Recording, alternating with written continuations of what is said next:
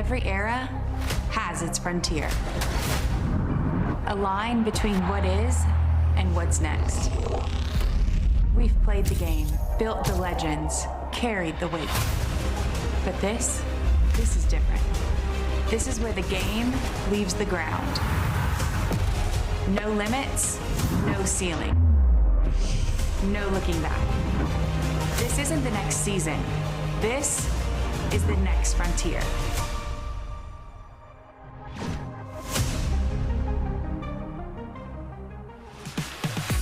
Welcome to AUSL Softball. We come to you from Round Rock, Texas, just north of Austin. The Utah Talons, last year's champions. Yep, Montana Fout's going to pitch today. Nigeri Kennedy has signed with Texas, so she is on this squad. And this is Texas, Riley Boone and company getting ready for their home opener. As you see, the Volts stumbling a little bit out of the gates. The Talons right now in 4th spot. The Blaze and the Cascade are setting the pace so far. We're already about 20% through this 25-game season as we welcome you to Texas. Pam Ward along with Natasha Watley, the all-world shortstop formerly at UCLA. Savannah Collins will be joining us shortly. And we saw people lined up. It's like 110 degrees with the heat index. People were lined up a couple of hours to come in here for their home opener. Yeah, well, today is highly anticipated for the Volts. Last year, this was a monumental tour stop, Dell Diamond. So now the Volts playing for the first time in their stadium. There's a lot of excitement around. Yeah, first year that they have had true home teams, and they'll have a lot to cheer about with the big three. Binford, Jennings, and Vega doing most of the heavy lifting. Yeah, you're seeing a lot of offense coming from the three of them. 56% of the hits are coming from the three of them. Also, 82% team RBIs are coming from Binford, Jennings, and Vega. You'll see them in the 3, 4, and 5 spots today. And the Talons, their strength is pitching, not just Montana Fouts, but the whole staff. The whole staff collectively. They are second in AUSL and ERA. They have so much versatility. You've got a Montana Fouts that's a power pitcher that can start. Megan Ramos the same, and also a lot of versatility with Dallas Escobedo, Sarah Willis, and Taylor Tinsley. And we are about to get underway. Rachel Garcia gets the start for the Volts. And it's hit by Aaliyah Andrews. Good play at shortstop by Tiare Jennings. One pitch, one out. Let's take a look at the Utah Talons starting lineup. In their batting order this evening, we saw Aaliyah Andrews, and boy, Bree Ellis has 2 home runs. That is the entirety. Nobody else has hit a home run on her team. Yeah, and they were missing her big last series, so it's good to see her back. She's coming off a little bit of an injury. So Rachel Garcia in the circle to start things off for the Volts. Has had a little bit of a rough start to her season, has had to make a lot of appearances, eat up a lot of innings. As she faces Jadlyn Alchin. Rachel in her last start, it was a rough one, but trying to get things back on track. Had 9 walks in her last appearance. Yeah, that's been the difference for me for Rachel Garcia. Just not the dominating pitcher, and obviously to her standards, but she's been still able to keep the Volts in the game, and she's been doing a good job, but she's just trying to work more mixes to her pitches, not being so predictable. So that's going to be the key for her. She's ahead of Alchin 1-2. And she gets her with a pitch on the outside part of the plate. And this is going to be key for Rachel Garcia. You can see her starting to go up in the zone with Jadlyn Alchin, but she'll finish her off with that screw, trying to produce more of a mix, and that gets the job done for her first strikeout. So 2 up, 2 down for Jordan Woolery, batting third and playing third base for Utah.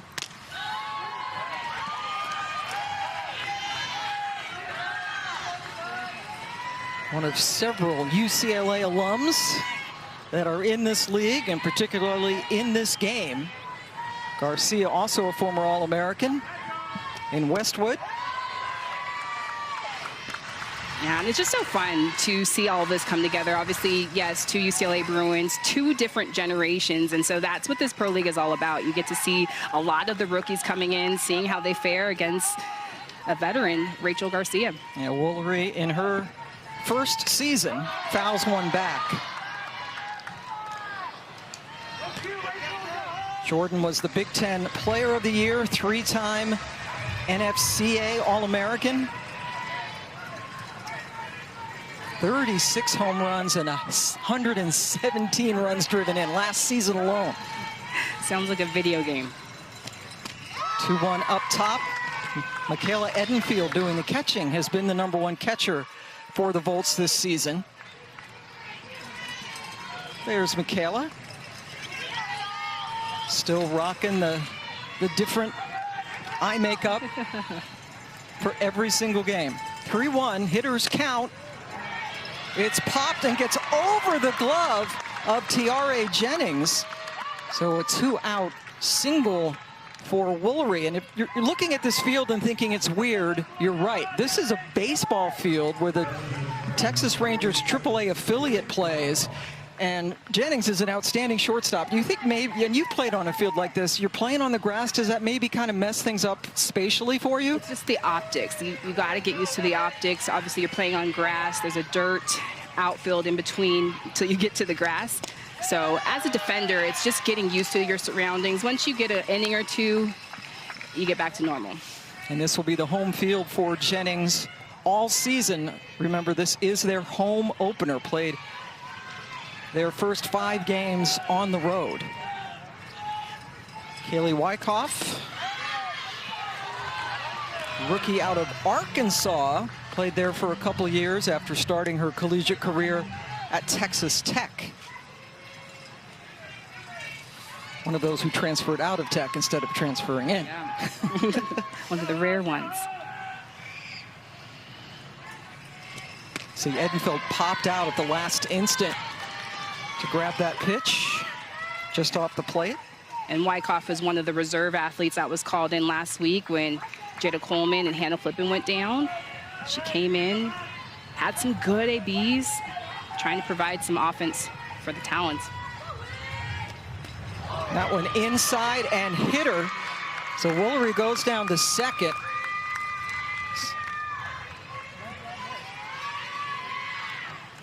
And this is a 2-1 curve. Rachel Garcia just trying to work that inner half, trying to establish that zone. Very effective with their curveball to lefties, but this one just gets away from her. Wyckoff on first. So a ground out and a strikeout, followed by a single and a hit by pitch, and that sets up Bree Ellis, who brings a lot of power. Again, 2 home runs on the season. The rest of her teammates have 0. And that gets away from Edenfield. There's a lot of room behind home plate because it's a baseball stadium. Yes, and you'll just notice that athletes can only advance 1 base at a time. So still honoring 30 feet behind like a softball diamond. Yes, the backstop at 30 feet maximum in softball, and this pitch gets away from Edenfield. And that induces a visit to the circle.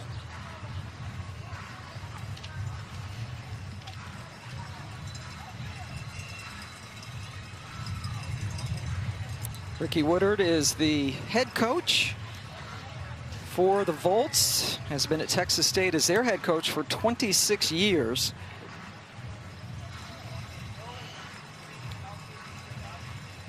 And Woodard just coming out and just trying to calm down the Volts. And defense has been a thing for the Volts. If they can hone in on the defensive plays, making sure that they just play the game cleanly, routinely, that's going to be a key for them.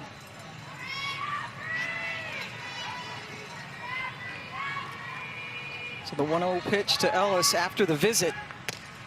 Takes it for a strike.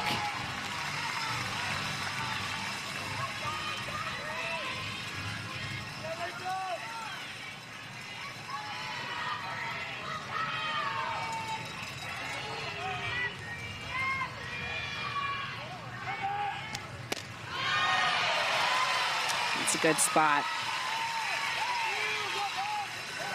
It's pitcher's count. Rachel Garcia going to that rise in, just trying to establish the inner half on these righty hitters. And Ellis taking the last 2 pitches for strikes. Bats up high. Good call by the home plate umpire, Scott Mayer, this evening. We have Brett Higgins umping at first, Lyndon Baptiste at third. And look at Ellis, terrific numbers early on in this season.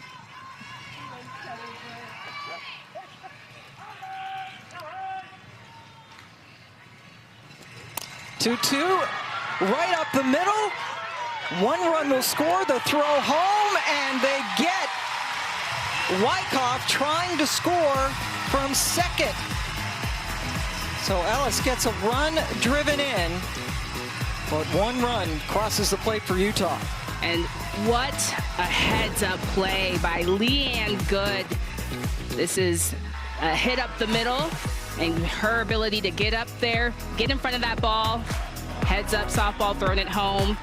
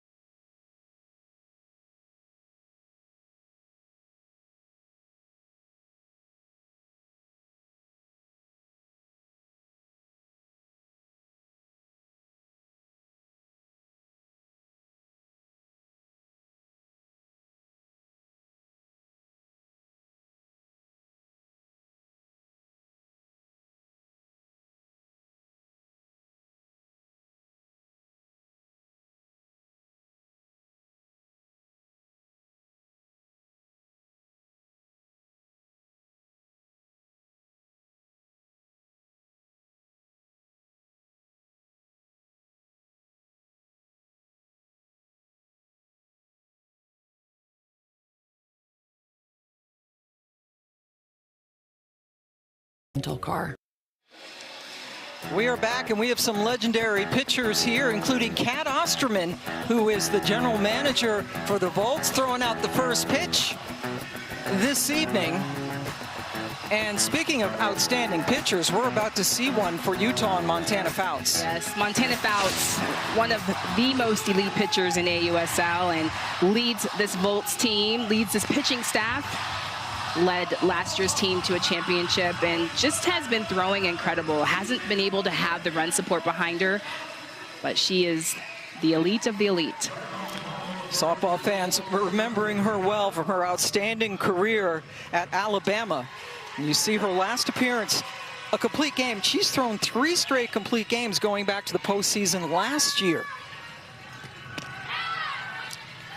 Riley Boone, what a pest. She leads things off. And Amina Vega, you mentioned it earlier. Amina is going to be batting third and was picked up out of the reserve pool. And a lot of those players have come up big for different ball clubs. But Riley Boone playing center field tonight. As we take a look at the lineup, there you see Vega leading her team, hitting .412 on the season. Leanne Good taking over at second. The rookie out of Texas, fresh off winning her second straight national championship, and finally gets to play close to home here just north of Austin. Yeah, no big deal. Just a two-time national champion.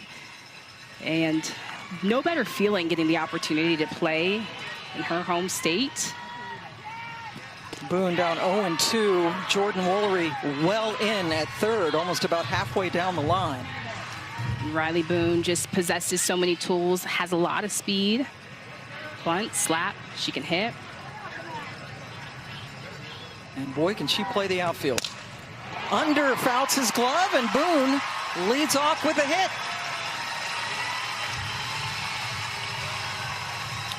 And Riley Boone is such an energetic athlete. She's so fun to watch and has the most aggressive swings that I have ever seen, and just does such a great job of getting the momentum going for her team. The most aggressive you've ever seen?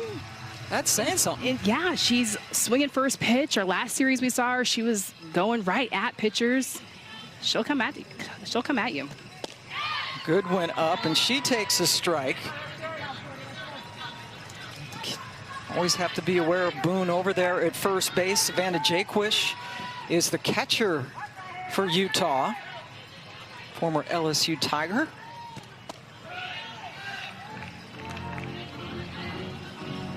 Jaden Goodwin, rookie out of the University of Georgia, signed with the Bolts in late May, made the squad, and has been starting.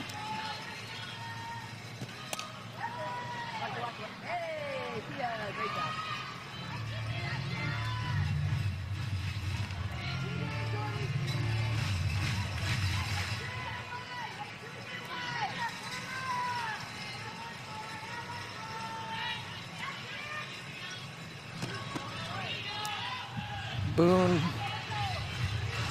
took a substantial lead after the pitch, but did not take off.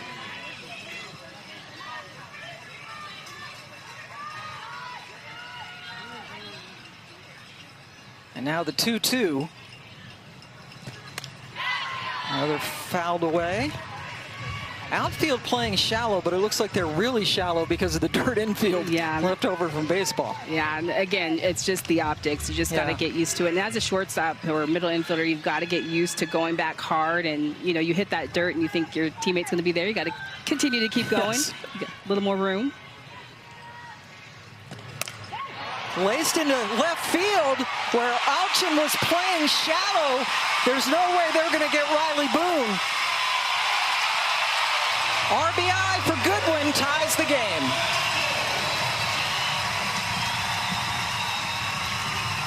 And this all starts with Riley Boone just being so energetic at the top of the lineup. Jaden Goodwin just gets a good swing. This is a pitch on the outer half. This is a drop on the outside corner, 2-2 count, and just goes for it. But so much speed with Riley Boone. That puts the Volts on the board, 1-1. Yeah, we mentioned how shallow the outfielders were playing, and that came back to bite them as that sailed over Alchin's head for the RBI double. And now Amina Vega, who has been the most dangerous hitter for Texas so far this season, has gotten a hit in all 5 games this year.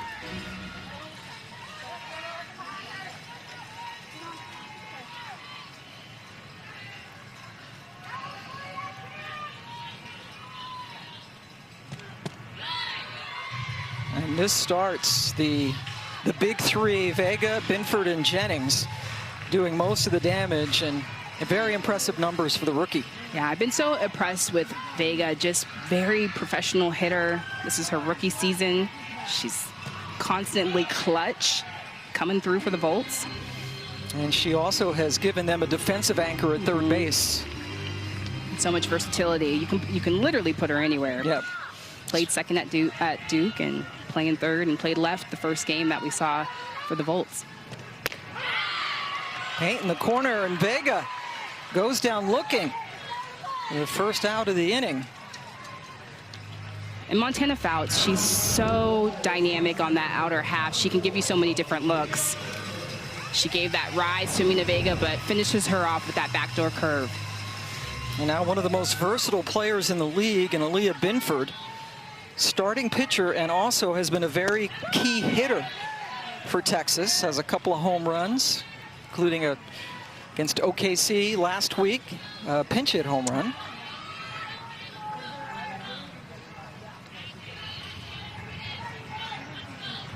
Goodwin over there at second. And Aaliyah Binford is kind of one of those athletes that you love to have on your team. Just so much versatility, two-way player. She can pitch, she can hit for average, hit for power. So valuable to this Volts lineup.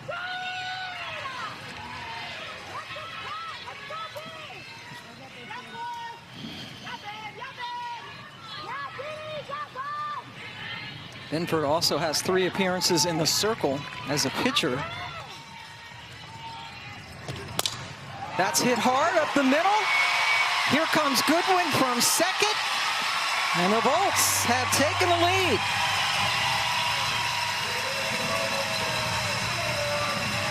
And Aaliyah Binford, she has been so money offensively and just solid. This is a solid piece of hitting, a great AB, a hitter's count, 2-1 count, so you're going to swing aggressive. And she gets it done for the Volts. That puts them ahead, 2-1. Now, Montana Fouts has already given up 3 hits in this inning and still has only retired 1 batter. That was Vega with the strikeout, and now the ever-dangerous Tiare Jennings.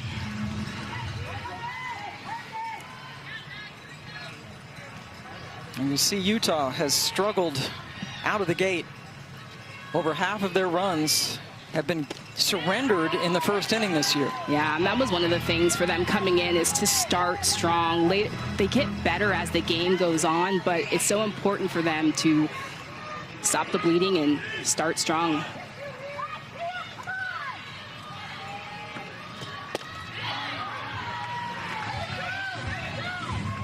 Jennings taking a strike.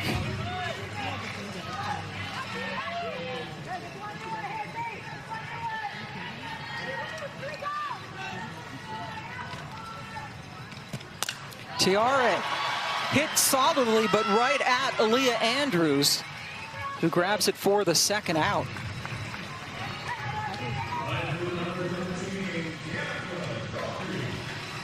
So Fouts has gotten 2 of the big 3 out in this inning, Vega and Jennings. And now Danica Coffey, pardon me, their right fielder. Coming up, another left-handed bat.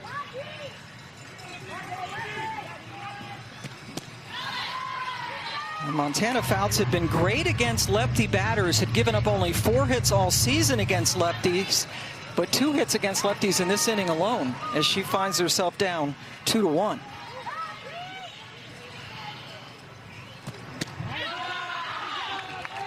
And Danica Coffey, just another important piece. GM Kat Osterman just says, I think that she can be the key for us. She provides so much offense in the middle of their lineup, a lot of speed, also another versatile athlete.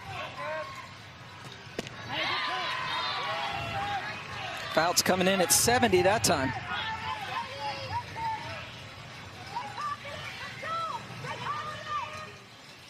And there you see what we just referenced. She has just torn apart left-handed hitters coming into this game.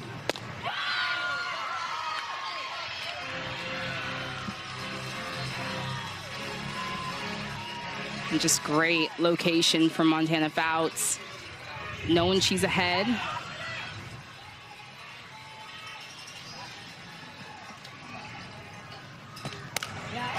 Under the glove of the shortstop, Beal, but Andrews able to charge quickly, and that keeps Binford from advancing past second. But my gosh, what a start here. 4 hits for Texas. And hitting can be so contagious. And Danica Coffey just being aggressive with 2 strikes. Knowing that Montana Fouts, you can err on being aggressive. She's always around the plate, but that one a little bit too over the heart of the plate. Runners on first and second for the Volts. For Sierra Romero, the number 7 batter. Now playing first base, had been at second before Leanne Good came over, after her season was completed with the University of Texas. And Sierra hit her first home run of the season in their last game Monday at the Blaze.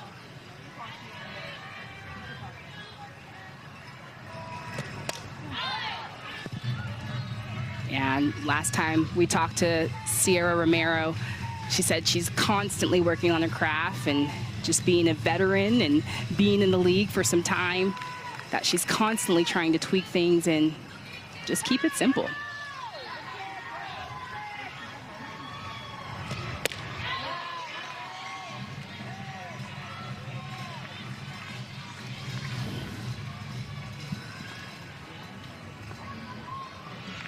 Well, the Texas Volts, this is a team that has had some really big starts and some slow finishes.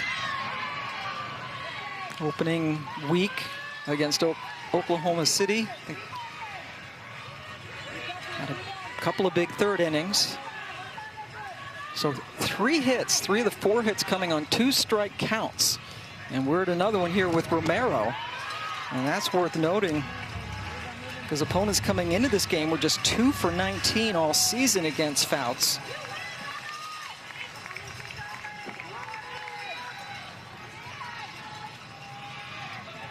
With 2 outs.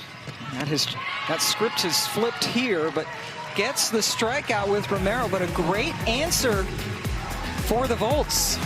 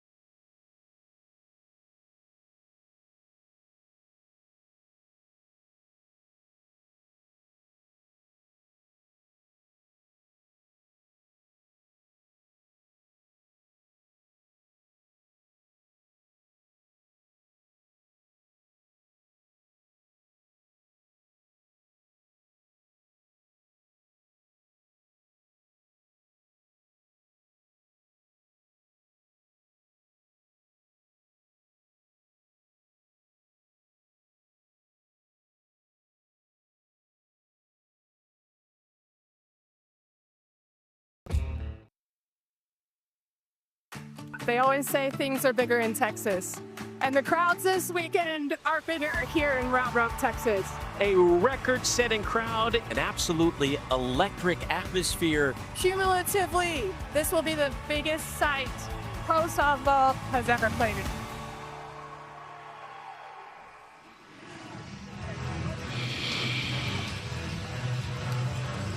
Gosh, GM Kat Osman sure said it well. Those crowds right here in Round Rock last year were a pinnacle moment for the league's inaugural season, and they ignited something in pitcher Rachel Garcia. Garcia has pretty much done it all. All of softball's loftiest goals, she's checked them off. She's a 2-time Honda Cup Award winner for the best college athlete in the country, Olympic silver medalist and national champion. And I asked her, Rachel, why keep going? What fuels your fire? And it's those crowds, the biggest one she's ever played in front of up until that moment. We're at the Women's College World Series, the top of the sport's resources, audience, and influence. And she goes, that's what excites me about pro softball right now, making it bigger and better, and it's why she keeps going.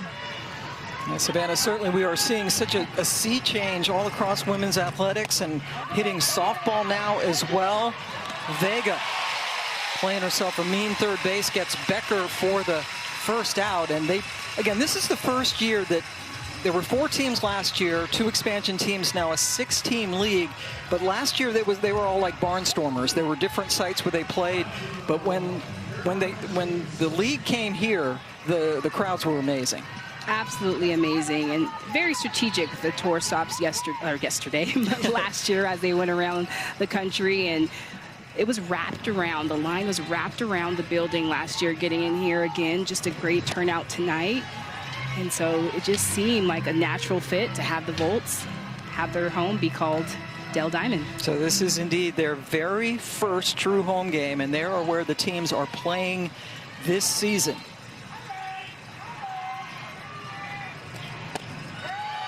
This is Caroline Jacobson. Closed out her collegiate career at Clemson after starting out at Duke. And was on the Talons championship team last year. They won the championship in the first year of the AUSL, sweeping the Bandits, who are playing in Chicago this year.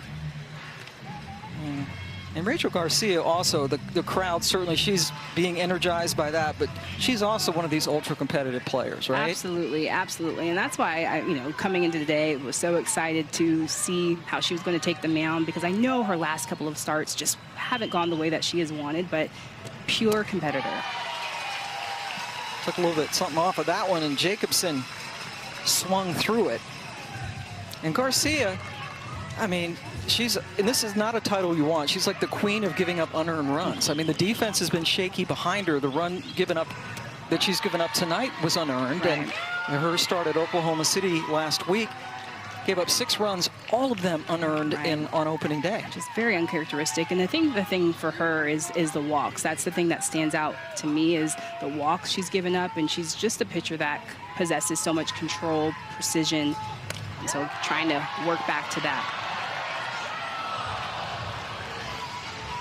And yes, the Bolts do have Nigeri Kennedy in the dugout. Did make an appearance earlier this week, got roughed up a little bit, and she is the scheduled starter for tomorrow night for Texas. And a very welcome sight. They had a depleted pitching staff to start things off. Jacobson draws the 1-out walk. First one given up by Garcia. And this is a walk on Garcia's drop in, but Garcia trying to go to other go-to pitches. Generally, you'll see her in those pitcher counts. She'll go to those rise, she'll go to her curve, but trying to use her defense behind her a little bit more and going to that drop, draws that walk. Savannah Jaquish sends one in the left field, and at the wall, a very good running catch by Goodwin. Jacobson had to retreat quickly to get back to first. And I know that this feels good for Savannah Jaquish. Last series was struggling at the plate, just struggling with timing. But this is a first pitch swing, and this gets deep and gets off her bat hard, and that's all you can ask for, is hitting the ball hard and being a hard out. 1 out for the Bolts. 2 outs, I'm sorry. Nice running catch for Jaden Goodwin. Taylor Beal batting 9th for Utah. Rookie out of University of Arizona.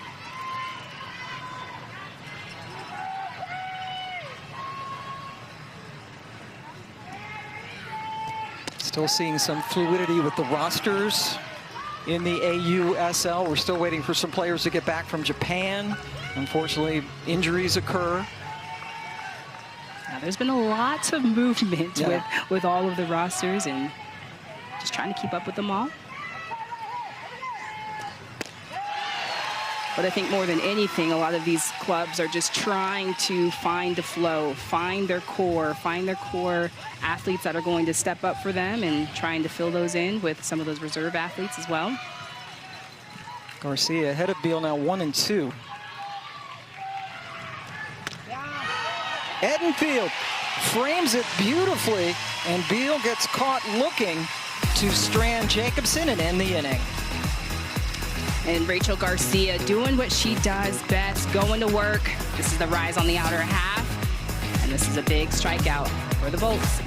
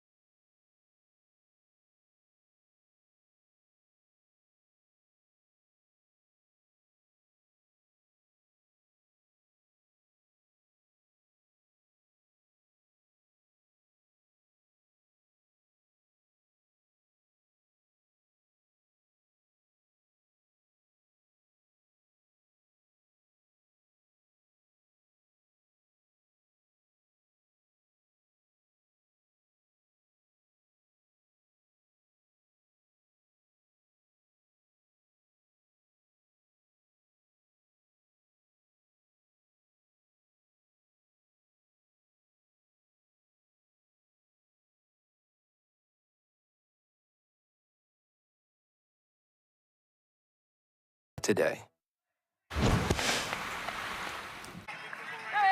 Shorty, me and you! Move me, bud! Come on.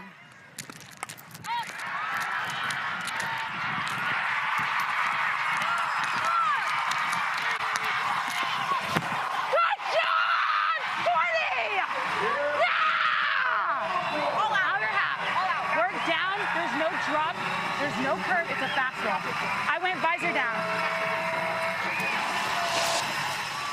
I love it. Everybody needs a Riley Boone on their team. One, to hype you up and then give you a little bit of advice on how to hit Montana Fouts. But what she's saying is keep the ball down. I went visor down. So anything above my visor, if I look up, I'm laying off of it. So looking down. And that kind of information passing is invaluable, right? It's the best. And that's what teammates do, is being able to pass the information. And so when you're a 9-hole hitter, you've already had 8 at-bats. And Riley Boone is going to hit third in this inning. Michaela Edenfield leading things off here in the bottom of the second. Pam Ward, Natasha Watley, Savannah Collins here on a very, very warm day. Yes. It's cooling down a little Texas. bit. Man, I think it was around 100 degrees Fahrenheit, which is hot. But the fans were lined up early as Edenfield pops out to Ellis in foul territory to start the second. And now Leanne Good should get a nice reception. Yes. Hometown girl. I love that. And she does get that good reception. Joined the team a little bit late, coming back from winning her second straight national championship at UT.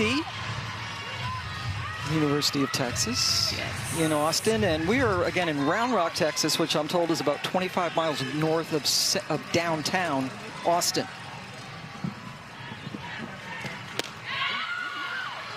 Yeah, and Kat Osterman, the GM for the Volts, just said having Leanne Good, she's hoping that she brings the fans with her to the stadium, and so many of the Texas community just supporting softball, and UT being right down the road.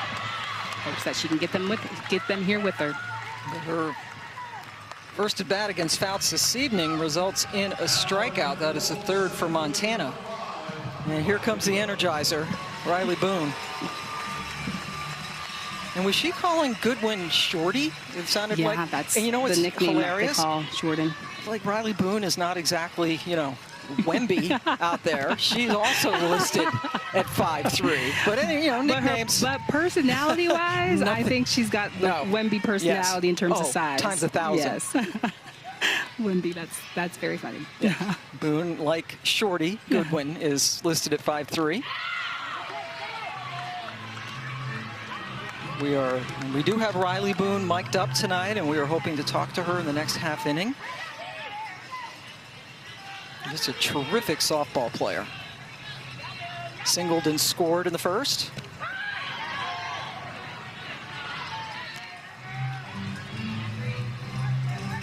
Riley Boone won a national championship in each of her 4 years at Oklahoma, and played for the OKC Spark, Oklahoma City Spark, the last couple of years, independent team who are now in the AUSL.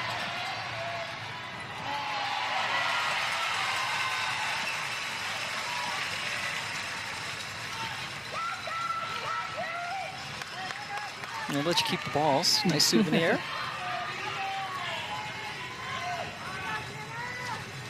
Two.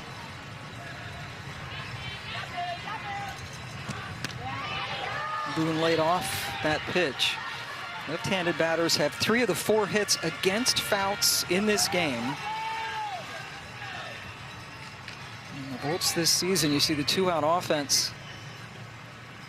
Not been great coming in.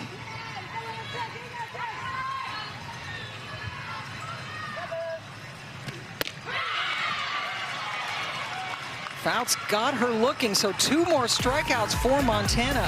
He was settled down after giving up 4 hits in the first inning. Texas up 2-1 after 2.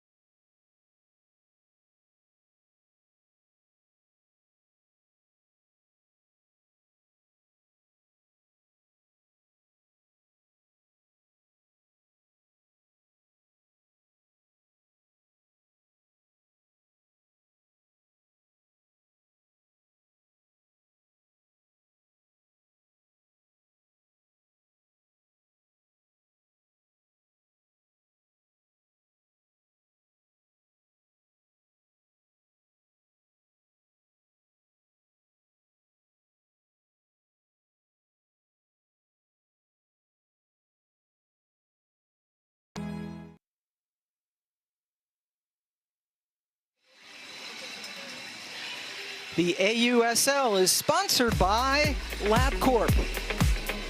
And that was one of the greatest catches you will ever see in your natural life. Riley Boone, opening series at Oklahoma City. Covered, we had it was like, what, 50 feet in like 3.5 seconds, less than that? Then pulled up the Heisman right after. Yep. There was so much happening surrounding that catch, but it just what an honor to see that live and poor memory for me. Yes, the dynamic Riley Boone. Riley, can you hear us up here?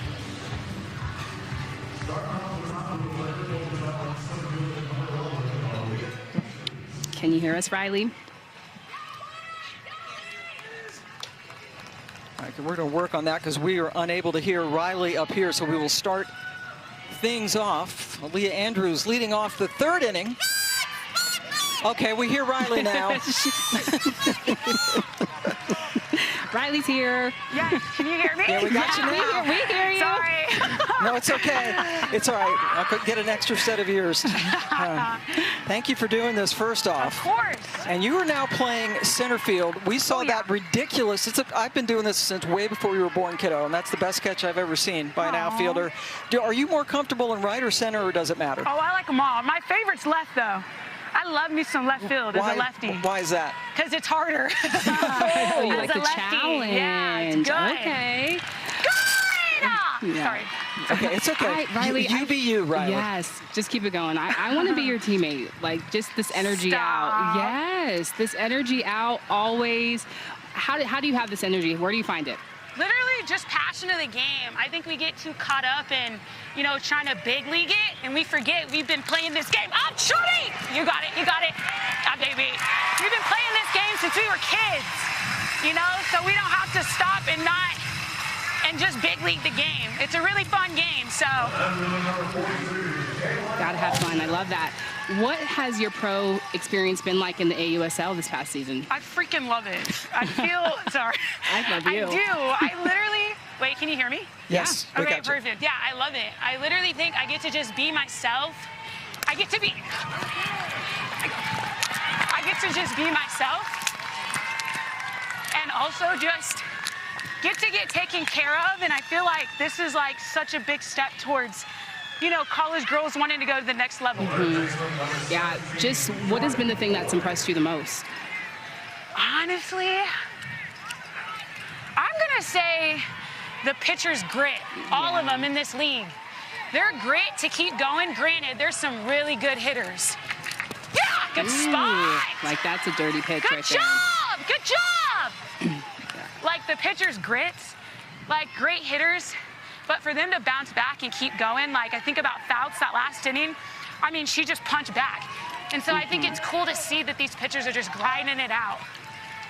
Yeah, and you're playing the best of the best. Like you're seeing, like night to night. Like you do not get an at-bat off, do you? Right? No, right. no. Has there been anybody in the league that's kind of made you starstruck, or someone that you admire? I would probably say Mick behind the plate right there. She went. She had to go, right? Check it. Okay, whatever.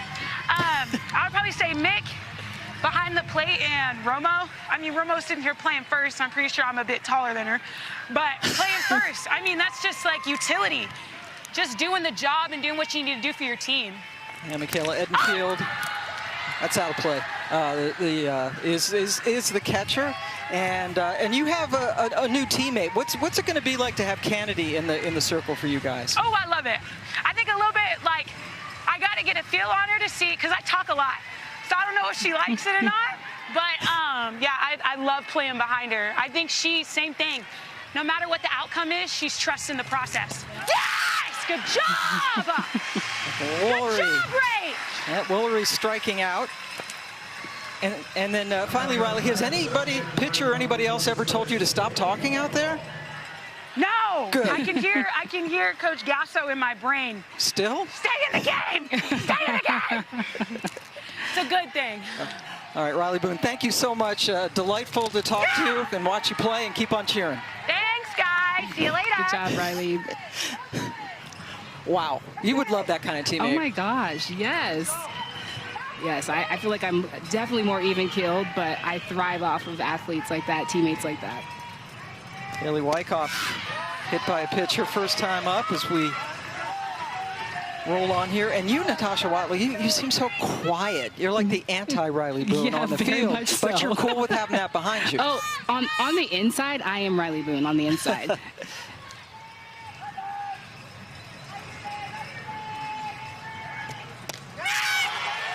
Phil Garcia gave up that one-out base hit to Alchin, who was over there at first.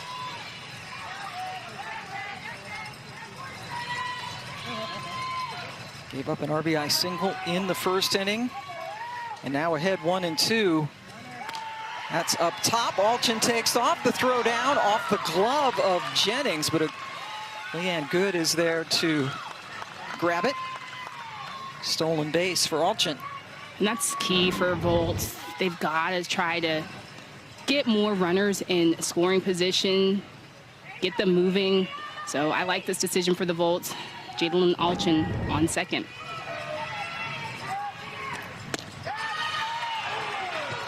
Count goes full to Wyckoff. It's a big hitter for Garcia to get because Bree Ellis waits on deck. The power hitter for Utah.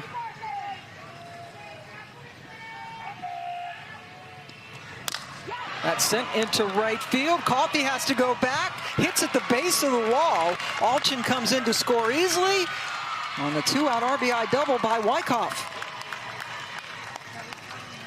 And you can just tell Wyckoff has just been chipping away. Last series was able to see her against the Talons and just was making hard contact constantly. So here she gets the payoff and gets an RBI. Yeah, Coffey playing shallow, but that hit right at the base of the wall. 210 down the lines here, 230 to dead center. Ellis had the RBI single off Garcia in the first. See how they deal with her with two outs and first base open. And that double by Wyckoff. Not a lot of other extra base hits for this team. Ellis has both of the Talons home runs this season. And Ellis was out due to injury the last two games of the series for the Volts. Sorry, for the Talons, and you can definitely see that they needed her offense. So they definitely need this bat back.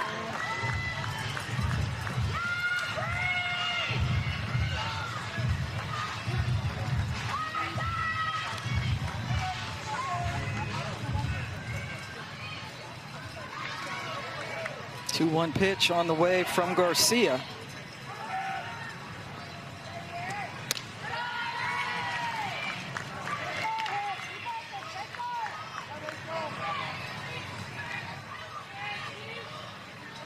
Both of the Talons' runs in this game have come with two outs. A run in the first and now one run crossing here in the third. And Ellis trying to add to that total. Takes the walk. Not a bad walk in my opinion, right? Because she's Bree Ellis, first base open. Yeah, big hitter and not a bad walk in I'm right there with you. I think it's, you know, when you start to get to the bottom of the lineup, top of the second, we saw a walk to Caroline Jacobson. I think, you know, once you get to that bottom of the lineup, for sure, if you're Rachel Garcia, you got to go right at those hitters. Now Rachel Becker with a chance to get more runs in. Be sure to follow the AUSL and our 6 teams on X, Facebook, Instagram, and TikTok. See exclusive content featuring your favorite players, highlights, mic'd up, behind-the-scenes action, and more. That will go out of play off the bat of Becker, who grounded out her first time up. Riley Boone might need her like her own channel, you know, her own network, whatever the kids call it, podcast, whatever works. Definitely, so much energy, and I know sometimes it can be perceived as, you know, wow, she needs to, you know, stay quiet, but when you have someone energy out like that, that is infectious. And it's also not forced, it's natural. Yes. Because some people fake it. Yep. Yeah. Boone and the rest of her outfield mates playing very shallow against Becker.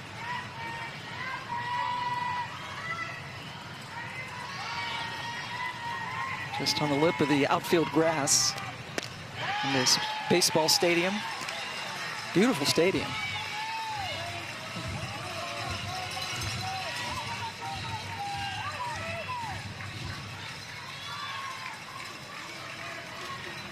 Garcia ahead 1-2.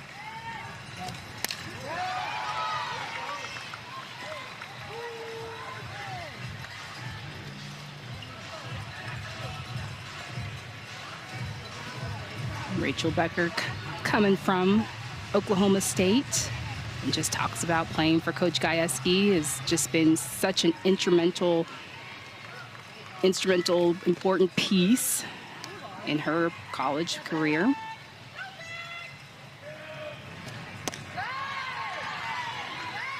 See the pitch count mounting now for Garcia. 61 pitches, only here in the third.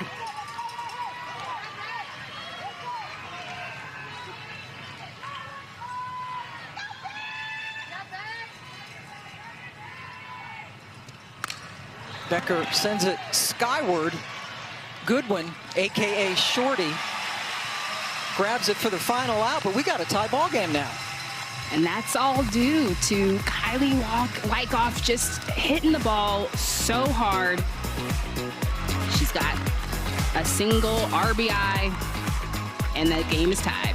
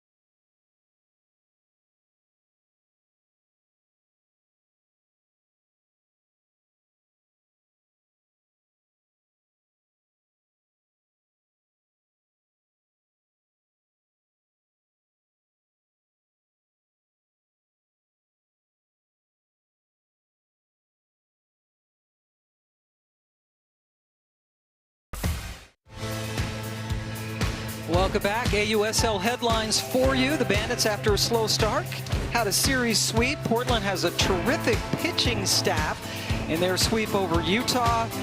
And Carlin Pickens still really good, but oh my goodness, Maya Brady, look at those numbers. She hasn't stopped, you know, since the first opening series. She was led off the day with a home run, had a grand slam, and has just kept it going. Just an amazing athlete for OKC, who have joined the AUSL along with the Portland Cascades this year. Montana Fouts still in the circle. 2-4-0 for both teams. 2 runs, 4 hits, and no errors as we go down to Savannah Collins. Well, Jaden Goodwin went undrafted in the college draft this year, and it's crazy because 1 month of her life changed the rest of it. Kat Osterman said that every time she turned on her TV and saw Jaden Goodwin in the month of May, she was clutch, and it specifically remembers when Georgia was going up against Florida. They tried to pitch around her, and she hit a walk-off hit, and now she's playing for the Volts with the absence that they have in left field. So just May, and now here she is in the purple uniform. A great stretch over there by Becker to get Goodwin.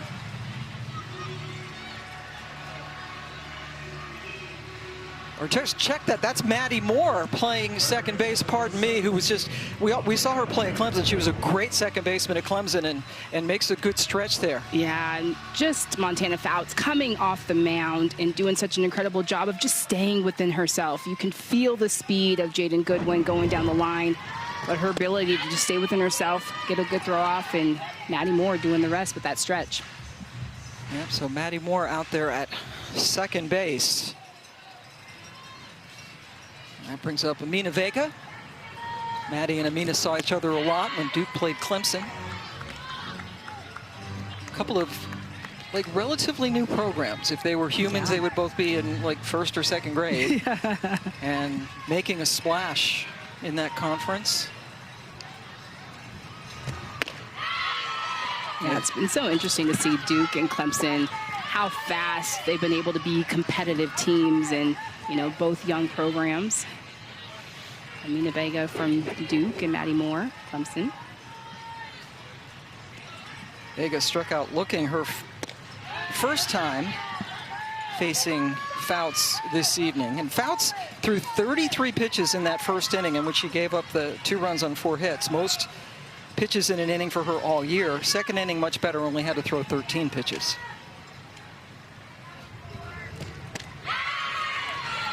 Another strikeout. She's gotten Vega twice. Amina Vega just going down swinging, and you heard it from Riley Boone that Montana Fouts just came back in and is dealing and making her adjustments and picks up another K. 5 strikeouts for Montana. Leah Binford had an RBI single in the first inning. Binford DPing today, has also done some pitching for the Volts. Fouts has been such a force in her career.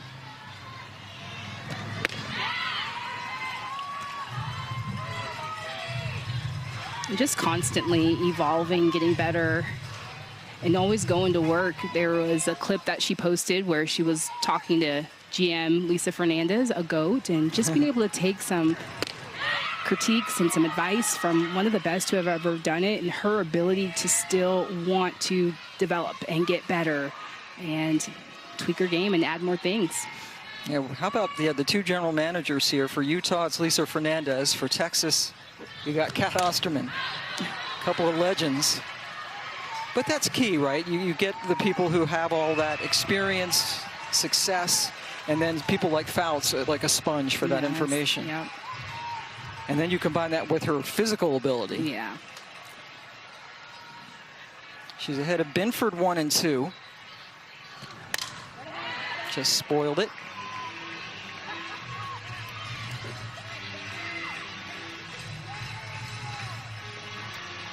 Montana has set down 6 straight Volts since giving up a couple of runs in the first inning.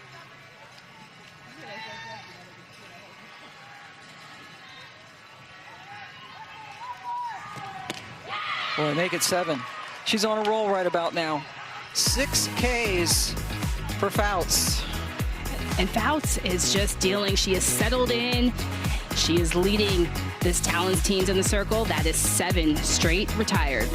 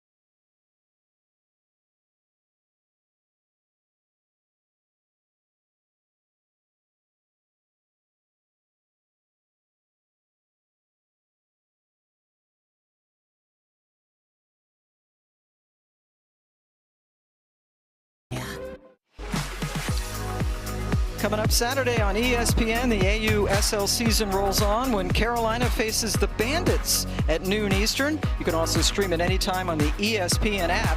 And after us, you don't have to wait till Saturday to watch softball. You got more action coming up tonight right here on ESPN. Oklahoma City plays at Portland, the two new franchises this year right after us. So sit there, don't move, don't change. Well, you can move, just don't change the channel. Yes. That would be unnecessary. Because right now we got ourselves a really good softball game as we move to the top of the fourth, 2-2 between Utah and Texas. Rachel Garcia and Montana Fouts, the starting pitchers. And Caroline Jacobson starting things off, walked and was stranded in her first at bat of the game. Jacobson played for both Duke and Clemson, the two newest franchises there in the ACC programs. Won a championship last year with this squad. The Talons, yes, are the defending champs.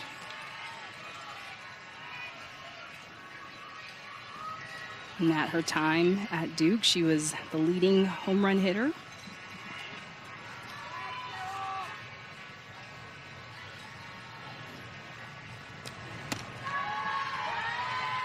Takes the 1-1 for a ball.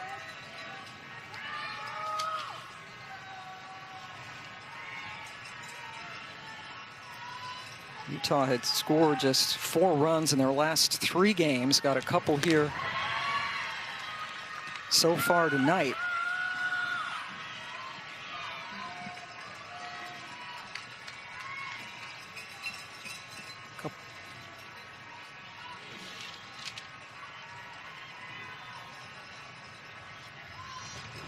Jacobson sky high for Leanne Good, fighting the sun and winning the battle.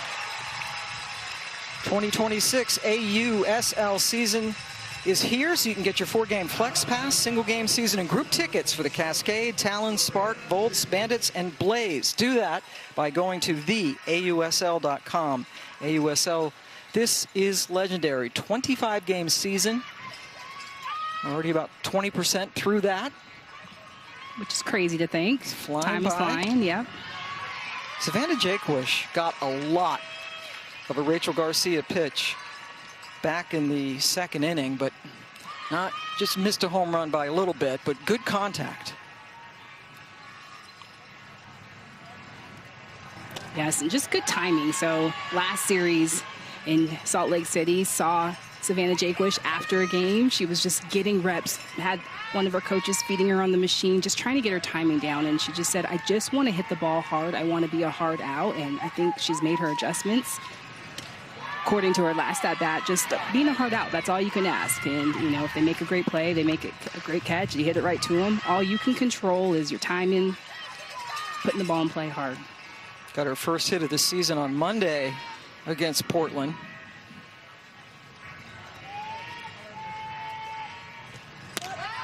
Takes that one high. Savannah Jaquish graduated from LSU in 2017.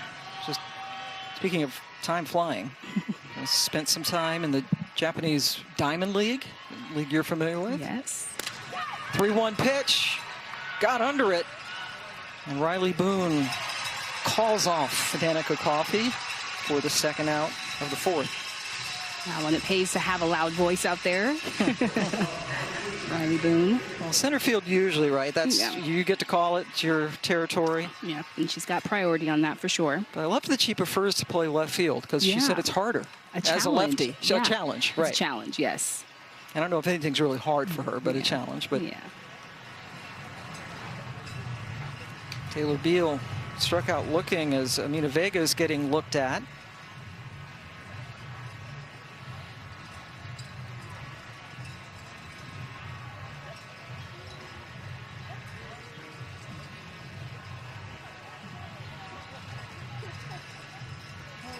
Bringing something out to Garcia. Yeah, I don't know if it was a fingernail clipper or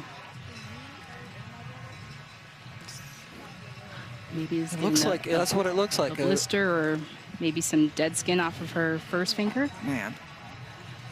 Man, pitchers, I don't know how they do it. Just grips and all the things and just trying to You know, sometimes your fingers will get raw and you get blisters. My hat goes off to all the pitchers out there in the world. Yeah, Garcia, in her 5th year, competing in Athletes Unlimited and its different iterations. Trying to beat the Talons for the first time, 0-1 against them. Including last year. Edenfield chases and makes the catch up against the screen. Michaela Edenfield with an outstanding play to end the inning. And how about Michaela Edenfield? She goes such a long way for this ball. And she's picking up her pitcher, Rachel Garcia.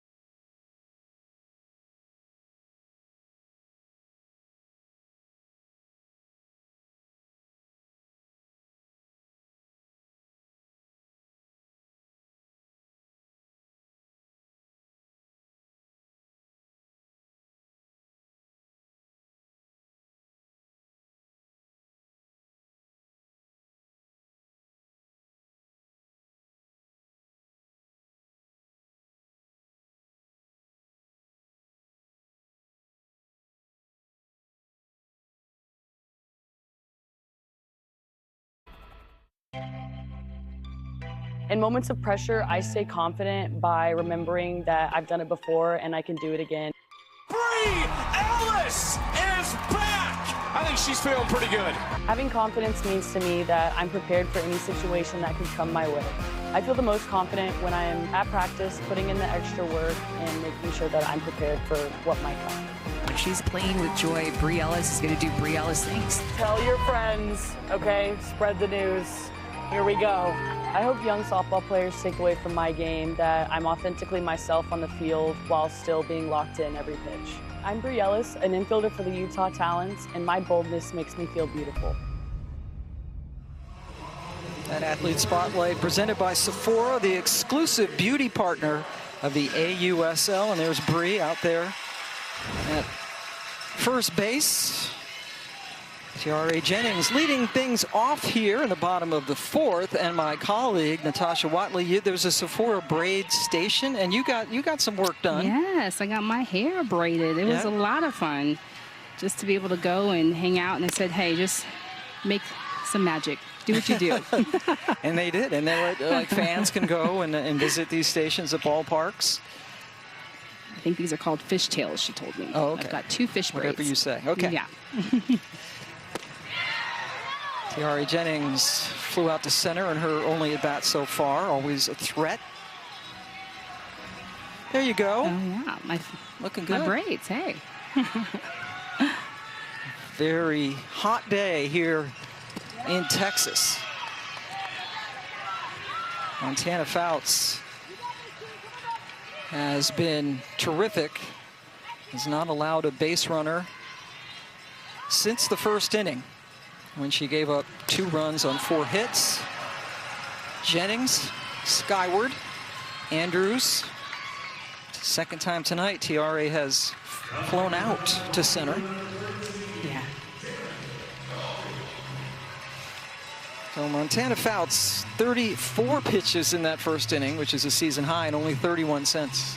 Yes, and just going lights out. She's hitting 69, 70. I'm just looking at her velocity, so she's really, really, really, really sharp tonight. Now facing Danica Coffey, who singled off of her. Danica was the last Volt to reach base against Fouts back in that 2-run first.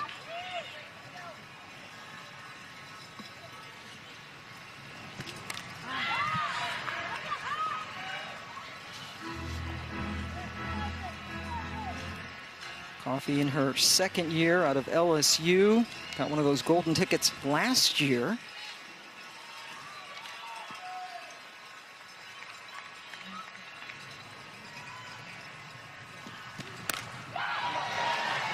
Andrews retreats, says she has it, and indeed she does. 2 away. WNBA Saturday coming your way on ABC. It's a doubleheader. First, Indiana and Atlanta will play at 1 Eastern, and then we'll take you to the desert for Seattle and Phoenix at 3. All tipping off with WNBA Countdown at 12:30 Eastern. Also available to stream on the ESPN app. So a couple of flyouts to start the 4th inning. And here's Sierra Romero, who struck out looking, one of 6 strikeout victims for Fouts today. She's had 5 of them, actually, because she's gotten Vega twice. And you see, setting down 9 straight volts. And you mentioned the velocity's still there. She's still hitting 70 on the gun.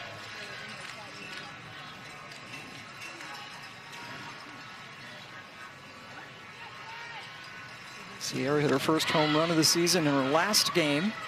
Still trying to get that batting average up to what we're used to seeing from her.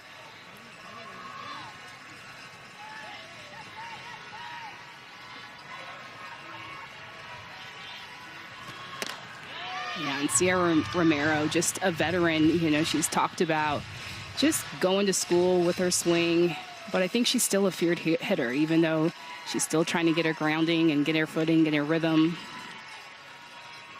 One of some of the best eyes in the game.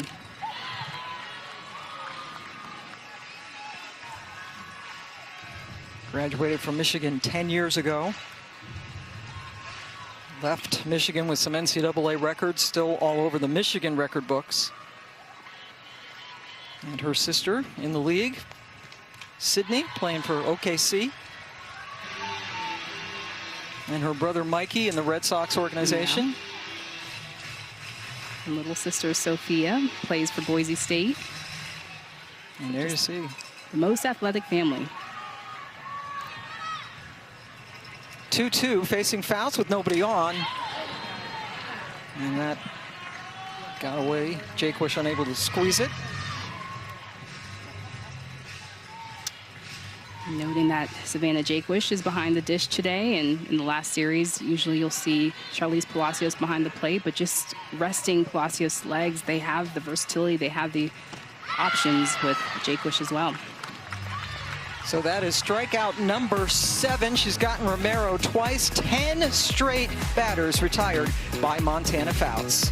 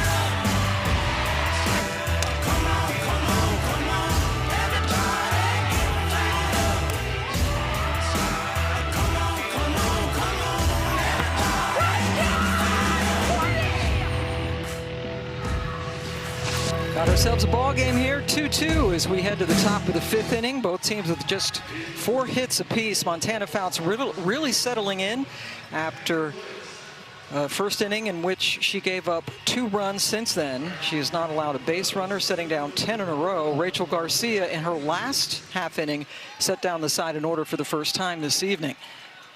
Garcia is still out there as we lead things off with Aaliyah Andrews up for the 3rd time, trying to get her first hit, trying to get on base for the first time. Pam Ward, Natasha Watley, and Savannah Collins joining you from just north of Austin, Texas, in Round Rock, where the Volts will be playing their home games this year. This is their home opener. And I'm really enjoying this pitcher's duel. 2 veterans. And minus just the first inning, the both of them have both settled in and they both look great. Similar in the repertoire of pitches, rise and curves, side to side with the curve and back to a curve, both Rachel Garcia and Montana Fouts. So a lot of similarities. We've got the 2 runs on the board, the 4 hits. So yep. I'm loving it. Yeah. Some good softball, and I don't want to jinx this by saying this. These are the 2 teams that have committed the most errors in the league, and so far clean softball, we have seen 0 errors in this game. Andrews trying to use her speed to get on base. Romero at first, Vega at 3rd, crashing in. Andrews with a brilliant career herself. A lot of us remember her at LSU.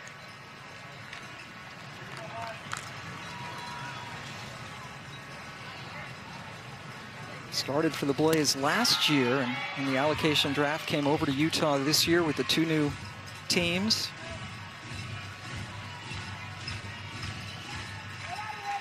And she's got a full count.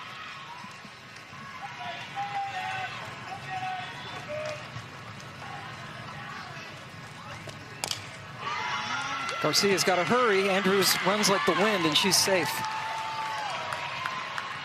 Aaliyah Andrews, she has been a spark plug for the Talons at the top of the lineup, and this is exactly what you do as a slap hitter, is just use the area in front of home plate. If you can deaden the ball there, if the area is hard, but just get this ball on the ground, use your speed, create some havoc. Yeah, that's one of the things that makes Andrews special. So the leadoff runner on for the first time tonight for Utah. Jalen Alchin has a single, a stolen base, and also struck out against Garcia so far tonight. And I like this move of Jalen Alchin moving to the 2 spot. In last series, she was in the 6 hole, but just creates more versatility. Her back-to-back with Andrews. They both have speed. They can make some things happen before Jordan Woolery. And the replacement at first, you just saw Sierra Romero no longer playing first. Jackie Liss, the rookie out of Texas Tech, now playing first for Texas. And if that sounds strange to you, Sierra Romero at first, just again leading in any way and trying to contribute to this team. Leanne Good has taken over at second, so you have Leanne Good playing second now, and Jackie Liss playing first, to the Texas and the Texas Tech. Who just met in the Women's College World Series a couple of weeks ago. And there you see a lot of Texas ties.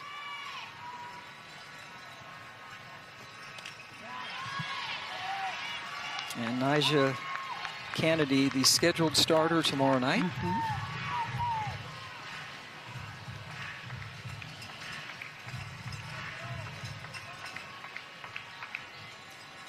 They're all excited having Kennedy in market, and you heard Riley Boone say, you know, she's quiet. I don't know if I talk too much for her, but Nyjah definitely is, you know, a more reserved athlete for sure. Andrews getting down to second.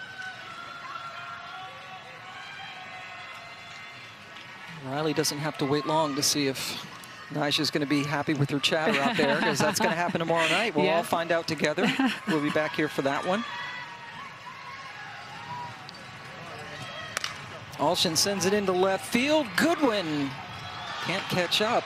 Did that hit the glove of the fan out there? It looked like it hit the post. The post. Okay. You know. they're ready down there. Lots of gloves.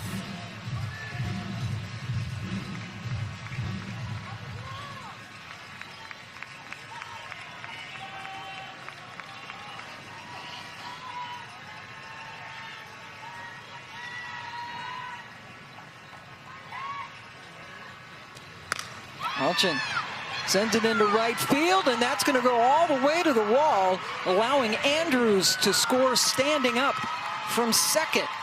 And Utah has taken the lead. That's the run production that the Talons need. They're getting the runners on base, they're getting the traffic, but it's coming up with the timely hitting. And this is just an elevated rise ball. Jalen Alchin takes this to right center, 3-2 count, be aggressive. And you've got a lot of speed in Aaliyah Andrews, and she stands up at home. 3-2 Talons.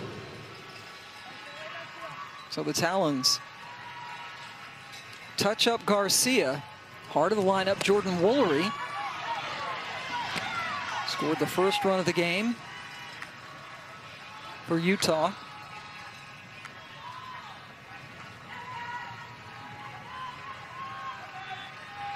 It's a second double that Garcia has given up in this game. Good job by Edenfield to pop out and get that pitch.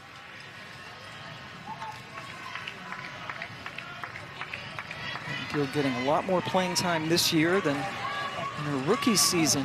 The #1 catcher.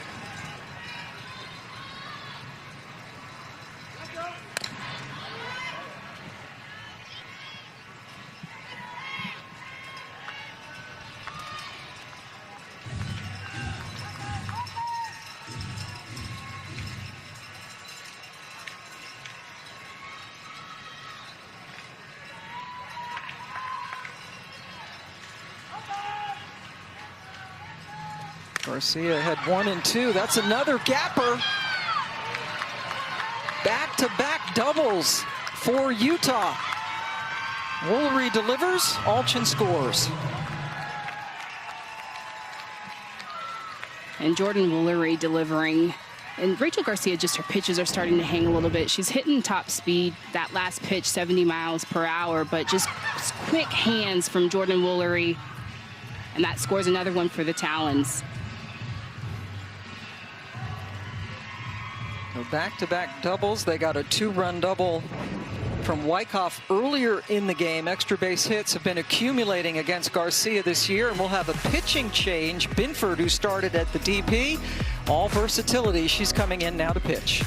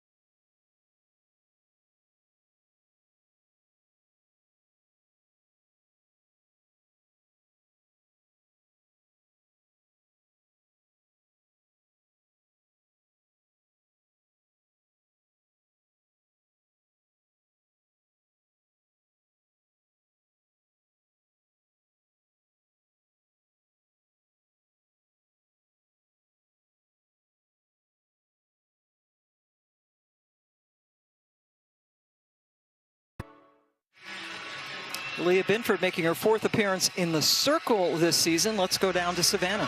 Well, this is the role that we've seen Aaliyah Binford play a lot for the Volts this season, coming up in relief or to close out a game. And General Manager Kat Osterman told me pregame that this is where they really feel like she thrives because she can pair up with anybody because of her stuff. She has a lot of spin and a lot going down. So with Rachel in particular, it's a very different look, but she loves that she can almost pair Binford up with anybody on their staff to give a different look midway through a game or going through the lineup multiple times.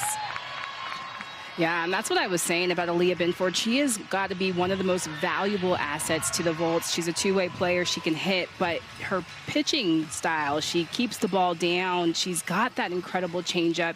She has a lot of off-speed, and coming back-to-back with somebody like Rachel Garcia who's hitting those upper 70s, for her to come in with that changeup that can sometimes hit in the 50s, low 50s, is such a great look and a great switch up of a look for the Volts. So Garcia back in the dugout, giving up 2 runs here in the 5th inning. And 3 straight hits. Andrew single, Alchin RBI double, Woolery RBI double. And there you see Garcia's line.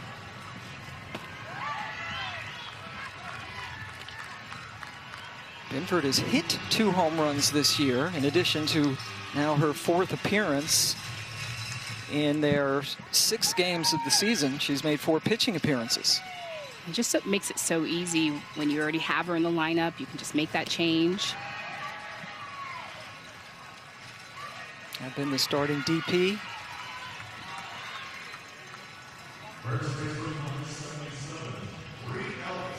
So Wyckoff reaches on the walk.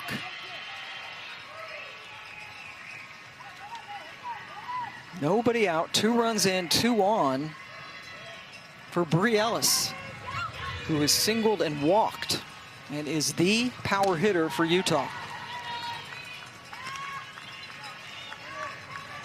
Critical moment in this game, and Edenfield's going to go out and talk to Binford. Yeah, and just coming into relief is, sometimes hard. You've already got some runners in scoring position, so just calming her down.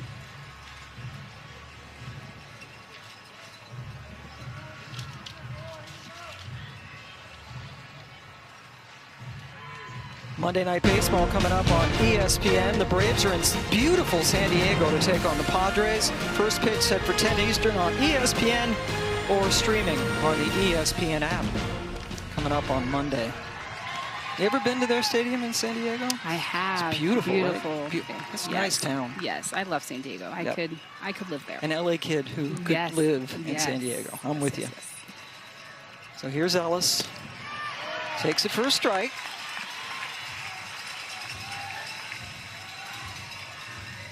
Woolery at second, Wyckoff at first. Bree's looking for one to sail. There's that off-speed changeup. Yes. You saw it coming, and she buckled her knees. Feeling for it. I knew it was coming, and this is a 53-mile-per-hour changeup, and she's just able to locate it. That thing just falls in there, and that gets Bree Ellis looking. Oh, what a weapon, especially against someone who swings like Ellis. Big first out. And now Maddie Moore bats for the first time since replacing Rachel Becker at second.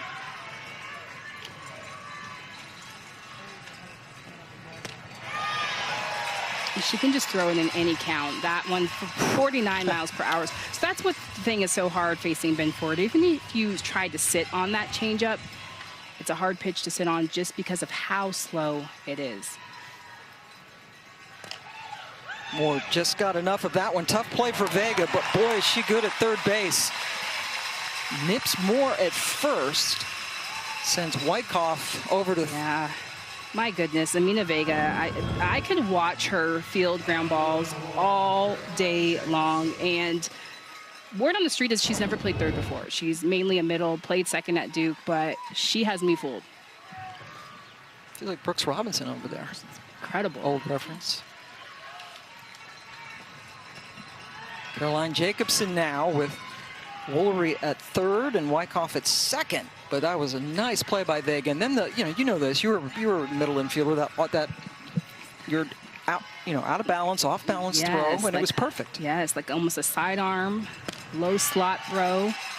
She's low to the ground, mechanically perfect. Like I could watch her all day long. It's beautiful actually. Yeah. And she's still learning how to play third base. That's the scary thing. Jacobson. Riley Boone retires the side. Good job. Binford comes in, surrenders a walk, but then gets 3 in a row to end the threat.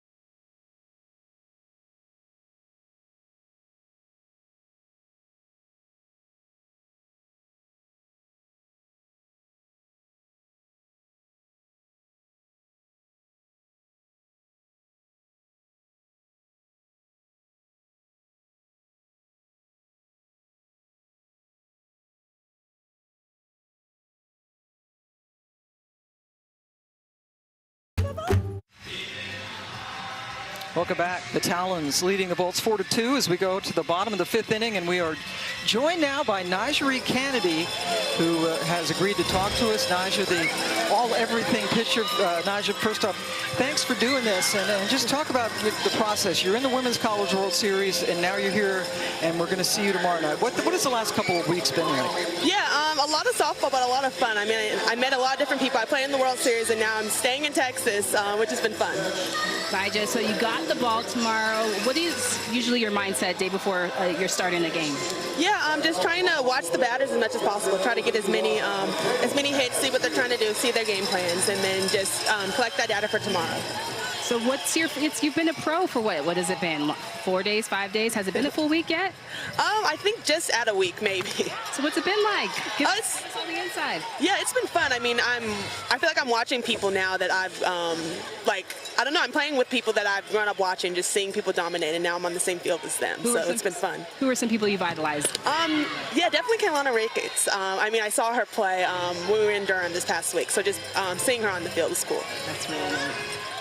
Describe the atmosphere. Like, there's a lot of fans. This is your home stadium for the rest of the summer. Yeah, opening day, I feel like it's been fun. I mean, we have a lot of Bolts fans here, and I feel like softball in Texas and softball in Round Rock is really huge. So to be able to bring a team here means a lot. Yeah, and we've seen a lot of, you have some teammates here, and Leanne Good, who you know very well from the couple of Women's College World Series finals you have played. Now, you did make one appearance. You lasted 2 1/3 innings. The line wasn't great. You know that. What do you want to change from your first outing to what we're going to see tomorrow night? Yeah, I feel like we've just been working on some mechanic stuff and just, I don't know, trying to get back. Obviously, it's been a long spring for me, so just trying to get back in a rhythm. Is there anything that you can explain in terms of like mechanics, rhythm-wise, that you've been focusing on? Yeah, I think just getting my resistance back and just getting into my front leg, especially on my rise ball. And are you, by watching this game tonight, what do you pick up watching the Talons hitters tonight when you're sitting in the dugout? Yeah, they're a good team, and I think they're a clutch team too. Like when they get runners on, I feel like they're doing a good job of advancing them and scoring them. What's been different from the college game to here? It's only been a week, but what's been your observation?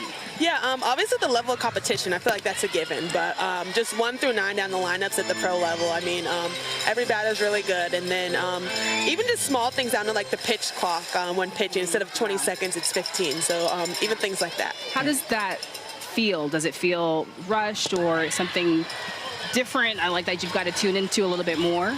Yeah, it's definitely something I'm more aware of. I feel like in college I had a little more time to get set, but yeah, now you definitely have to be more aware of the pitch clock. Also, the strike zones are a little bigger, which I feel like pitchers have been liking. I feel like the college zone this year has been a little smaller, but it's nice to be at the pro level. Yeah, because a higher pitch is considered in the strike zone in the AUSL than it is opposed to college, so it is a little bit different. So one adjustment that you'll have to make. You're going to be a little bit nervous coming out here tomorrow. What do you think your first home start's going to be like?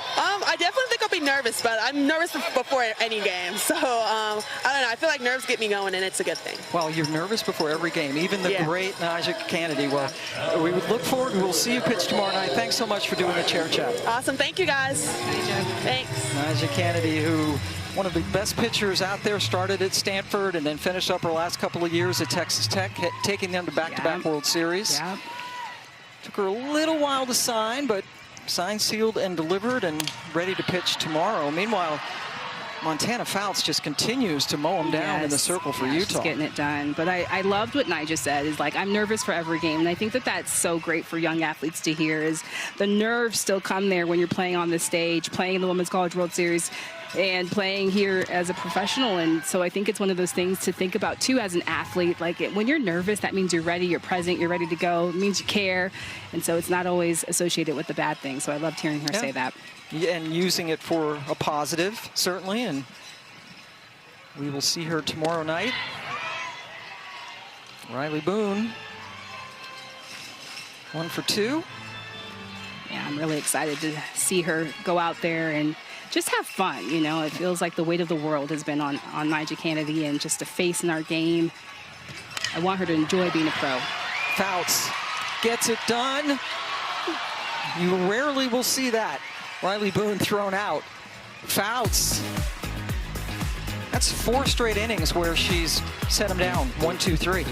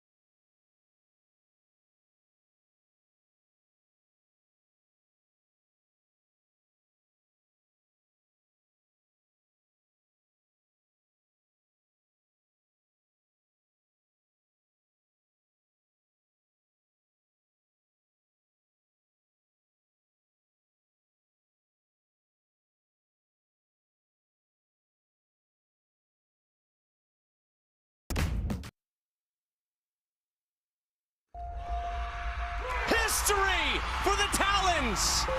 A storybook ending to this AUSL season. One of those remember where you were moments. This is just that first layer of history that the Talons get to celebrate.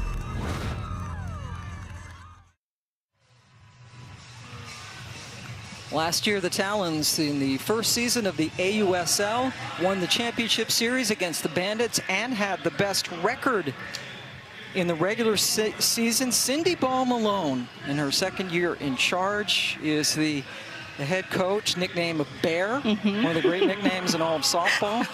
You know how she earned that nickname?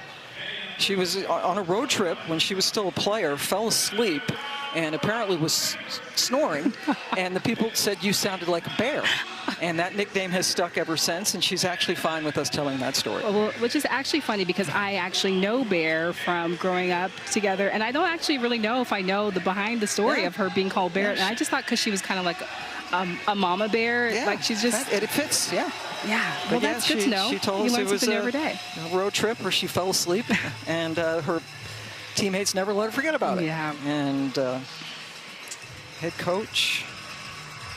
Yeah, Coach Ball Malone, she's been around the game and competed against her. She played at University Pacific and just loves this game and instills that into her athletes, just the passion. She was a pitcher, and so obviously she loves to develop her pitchers. Sarah Willis being one of her pitchers that played with her at UCF. 8 years at UCF, has had some really good teams there, and championship already under her belt in Utah.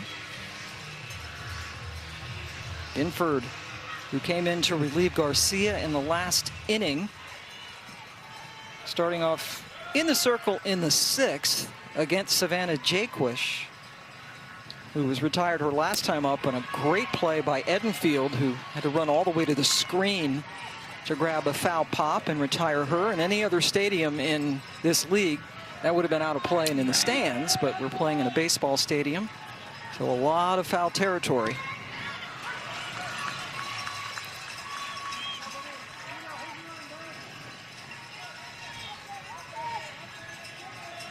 And there you see the baseball wall in the back.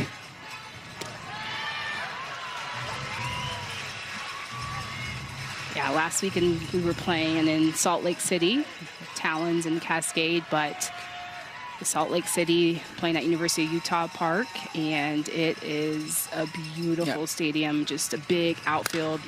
If you're an outfielder, you would definitely want to be there. If you're a pitcher, you want to be there too. A lot of balls stay in the park.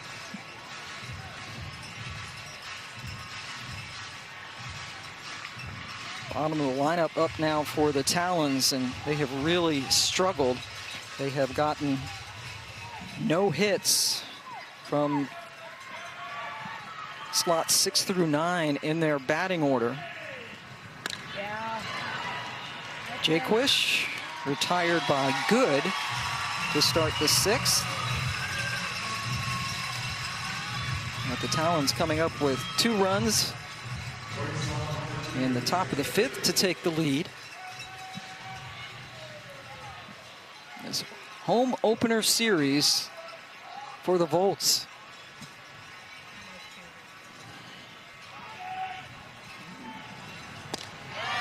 Beal swings through. First time that Beal has faced Binford this evening.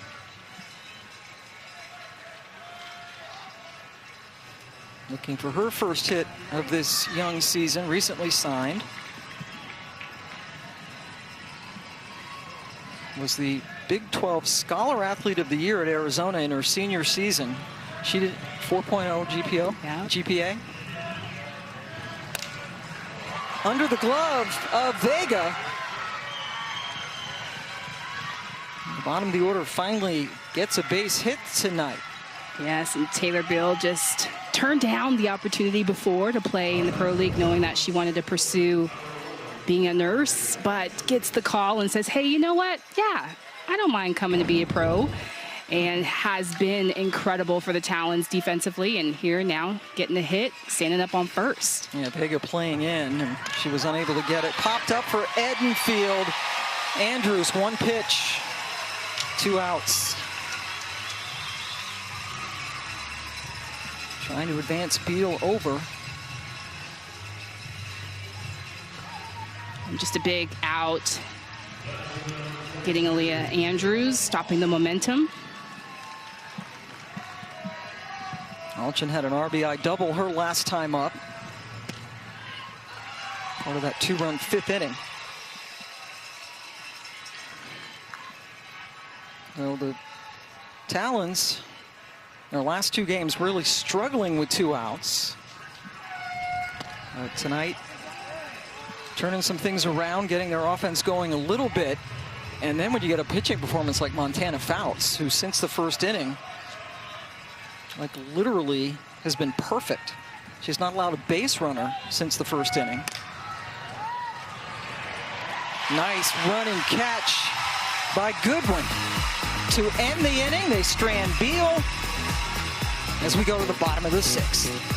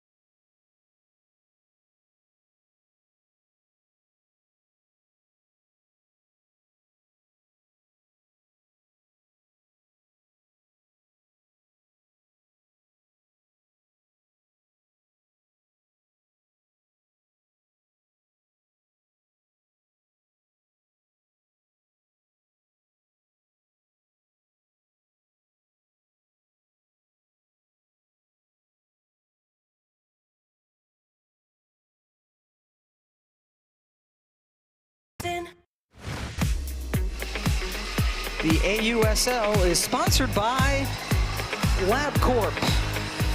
And we have seen a gem of a game thrown by Montana Fouts. Yes, 8 strikeouts on the night. And the thing that stands out to both of us, we were talking off air, is no walks. And Montana Fouts just goes right at hitters, and just such a power pitcher and so dominant. In the first inning, she gave up 2 runs on 4 hits. Since then, she has not allowed a single base runner. She has been perfect with the last 13 batters that she has faced. Trying to get yet another complete game.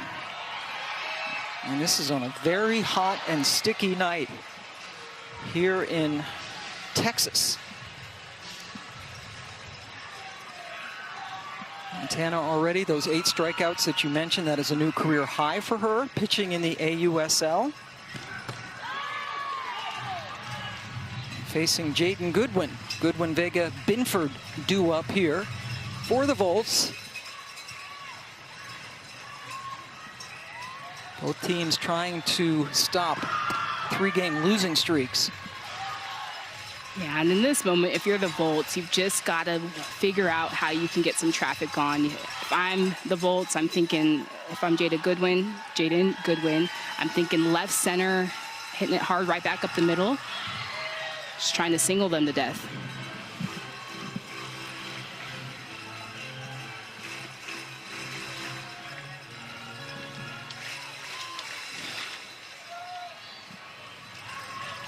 Two-two pitch.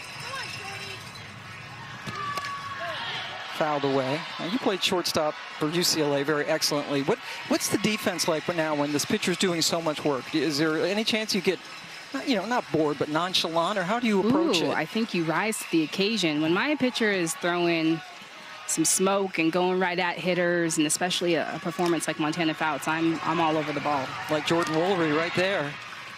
14 straight mowed down. Saturday on ESPN, the AUSL season rolls on when the Carolina Blaze face off against the Chicago Bandits at noon Eastern. You can also stream it anytime on the ESPN app. AUSL season rolling along. That game being played at 11 local time in Chicago. Nina Vega has struck out twice against Fouts.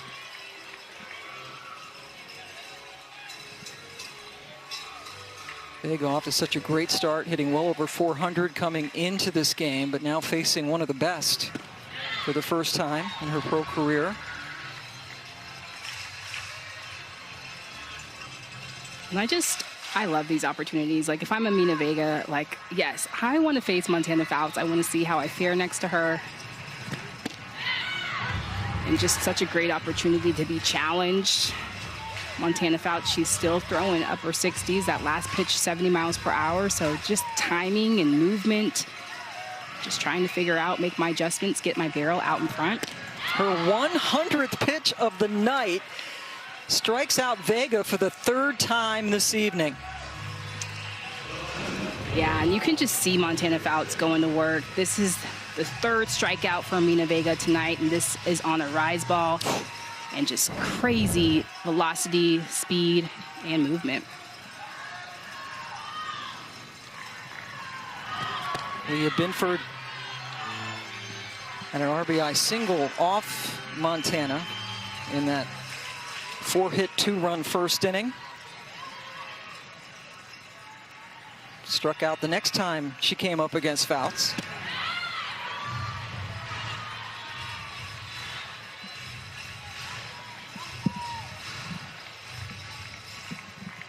Binford relieved Garcia in the circle back in the 5th. Pulling double duty again this evening.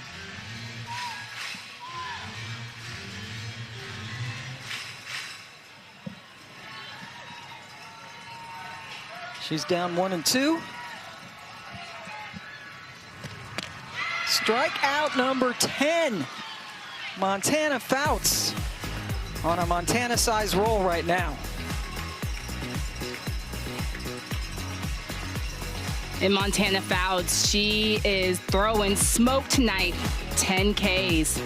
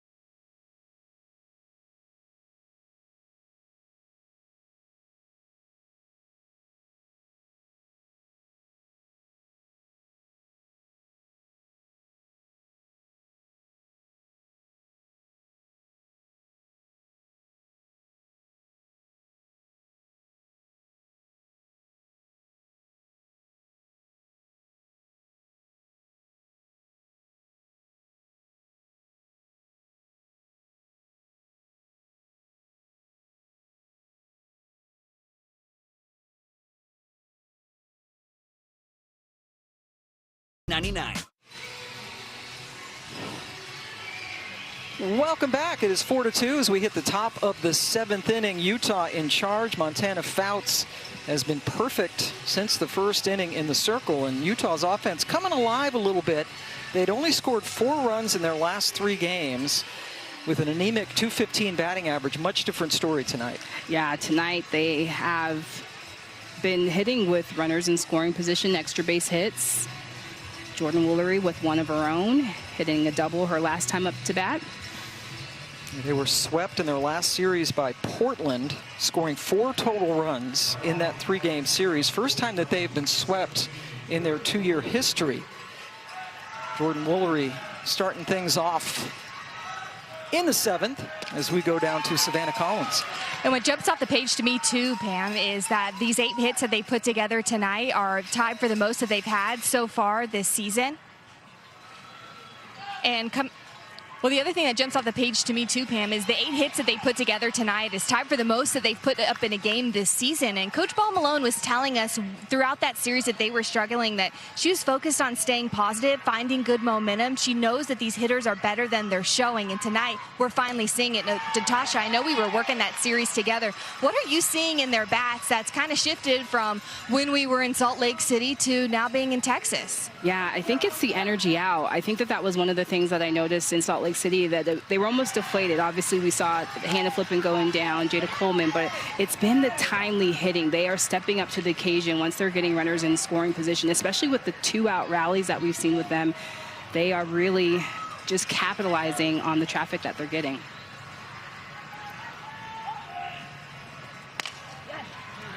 It's a relatively slow roller.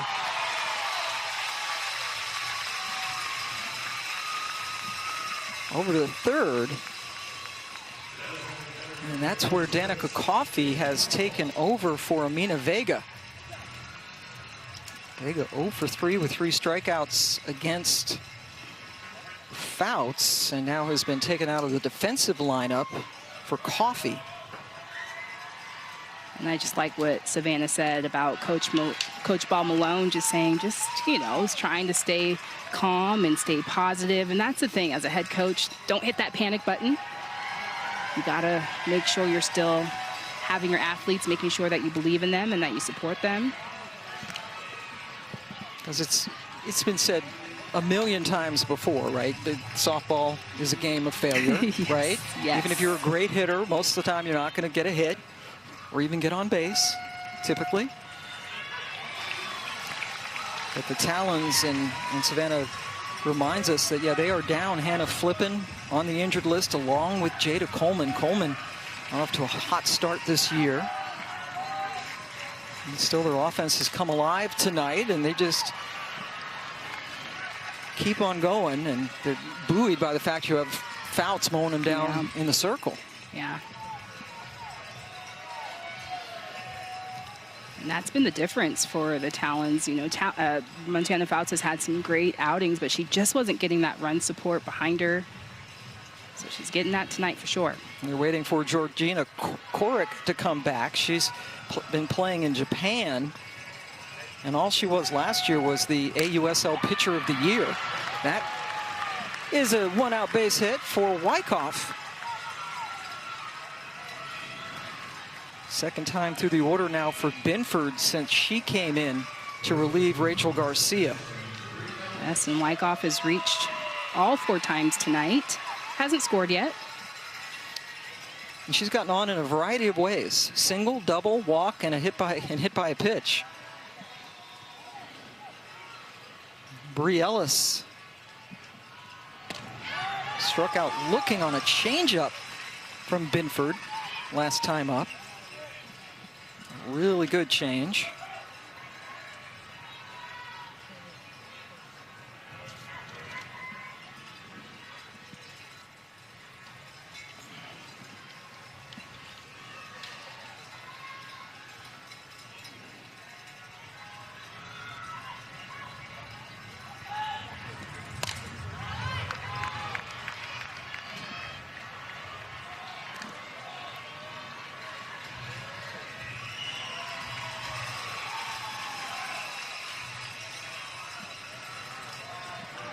0-2 with Wyckoff over at first.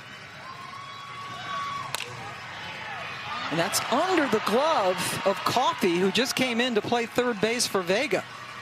Yeah, and the ball will continuously find you when you move to a new position, but this ball takes her off the line a little bit. She's already off the line. Just trying to learn the grass a little bit. This grass kind of picks up a little bit of speed and just not able to glove it. Now runners on first and second for the Talons.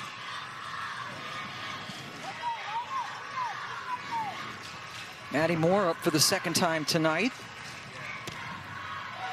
Grounded out her first time against Binford, and that has been ruled an error, an E5 for Coffey that allowed Ellis to reach. Our first error of the evening for either team. And again, for the Volts, this has been a big theme for them, is making sure that they're taking care of the ball. You know, on that one, maybe a little range of difficulty, but I definitely think Danica Coffey would be up here telling us, I can get that ball, I can make that play.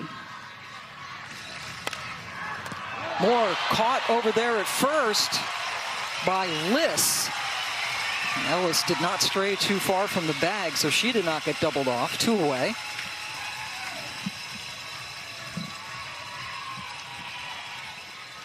Liss has a scouting report, making that play look easy.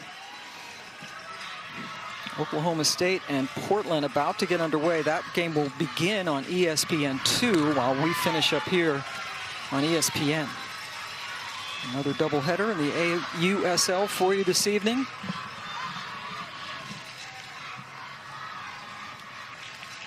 Caroline Jacobson. 2 on and 2 out.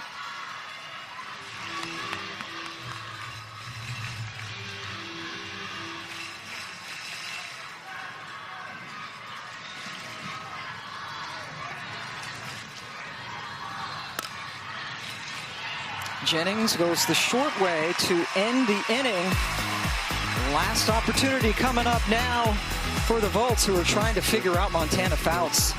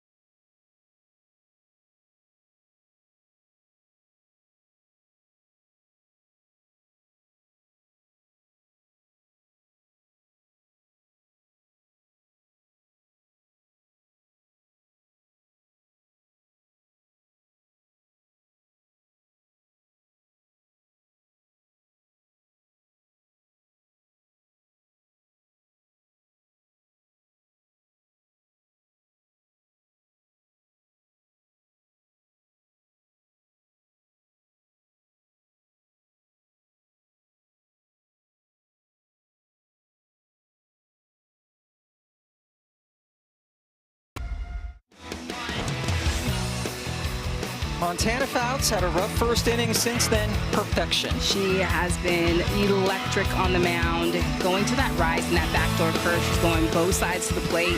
She hasn't thrown a lot of changeups or off speed. She hasn't needed to. The Volts haven't been able to catch up. Straight fire. And that movement that you mentioned, that late movement especially, Montana Fouts with the new AUSL professional career high 10 strikeouts. She has been amazing, not allowing a base runner since the first inning, in which she gave up 2 runs on 4 hits.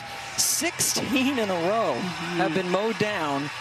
Tiare Jennings has flown out twice to center. This is the home opener for the Texas Volts, first home opener in their new history, and the fans have not had a lot to cheer about since that first inning. Yeah. And it's because of number 14 in green. Yeah, and I just think it's just the adjustments that Montana Fouts made that first inning. And I think it was just all about settling in. And I think important for young pitchers to hear that, you know, you come out, you have a chance to redeem yourself. And since the first inning, she has settled in and has been throwing the gem. Coming in with the best ERA in the league. And believe it or not, it's going to go up tonight because she's given up 2 earned runs. It'll go up a smidge, assuming she stays where she is. This would be her 4th straight complete game going back to last year's championship series that they won against the Bandits.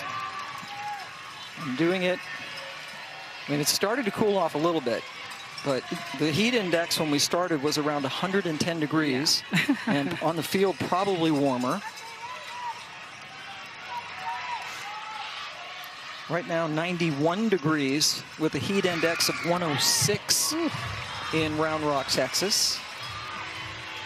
And Montana is looking like she's just taking a stroll in the park with her little dog.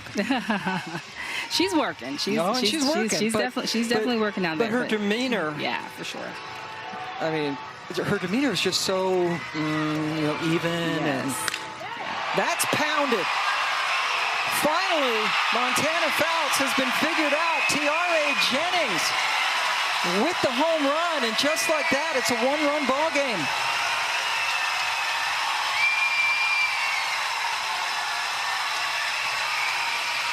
Yes, and Tiare Jennings, this is what the Volts need. They need a little bit of a volt from their offense.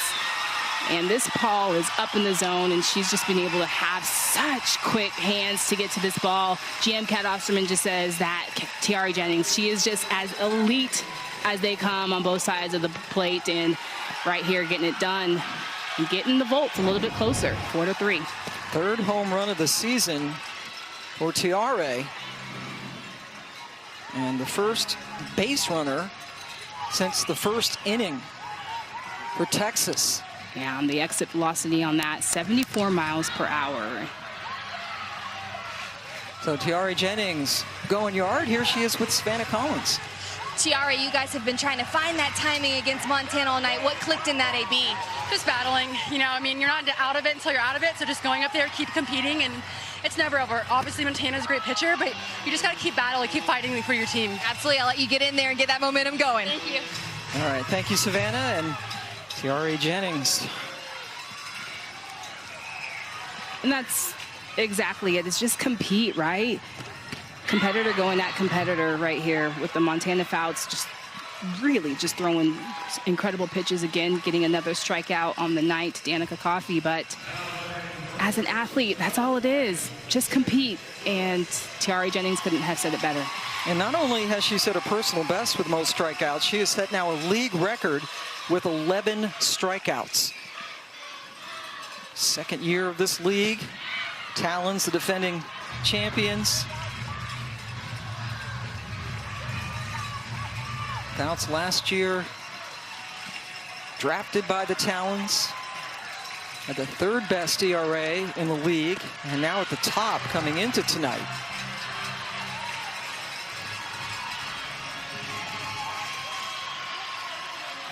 And I was on the call last week in Salt Lake City where Kenzie Brown had 10 strikeouts, and that was a record.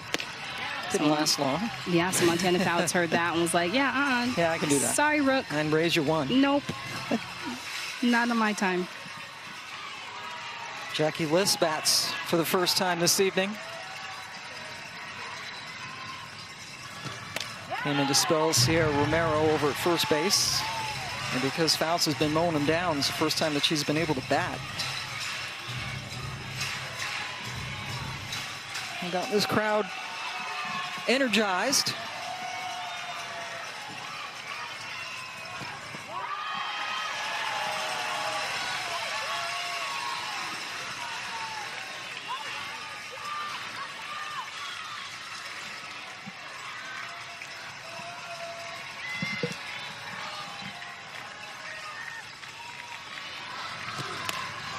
This into left field, playable for Auction, 2 away.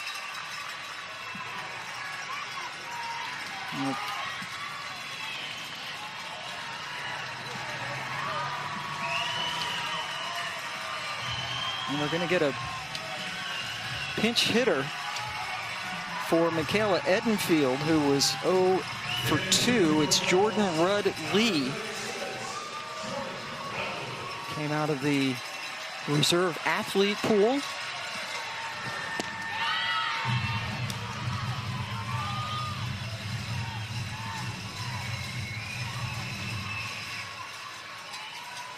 Played her college ball at Northwestern. She's been an assistant coach at Purdue since 2023 and has given her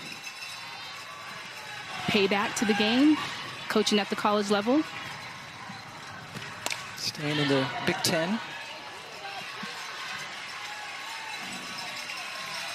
Montana Fouts now 1 strikeout away from her 4th complete game in a row, 3rd this season.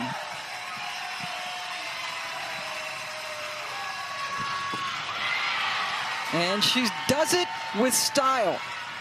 An even dozen strikeouts for Fouts. That Jennings home run, by the way, was the first one that Montana's given up all year to lead off the inning, but then she strikes out 2 of the last 3 batters. Yeah, just her ability to bounce back, come right back.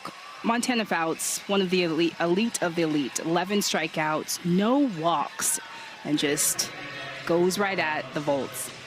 That last strikeout, her 12th of the game, adding to her AUSL single game record. And another gem for Montana as they win it. Utah wins it by the final of 4-3. The Spark and Cascade coming up next on ESPN. And we're going to see Naja Kennedy pitch tomorrow. Can't wait for that one. I'm so excited. Excited for her to get another start.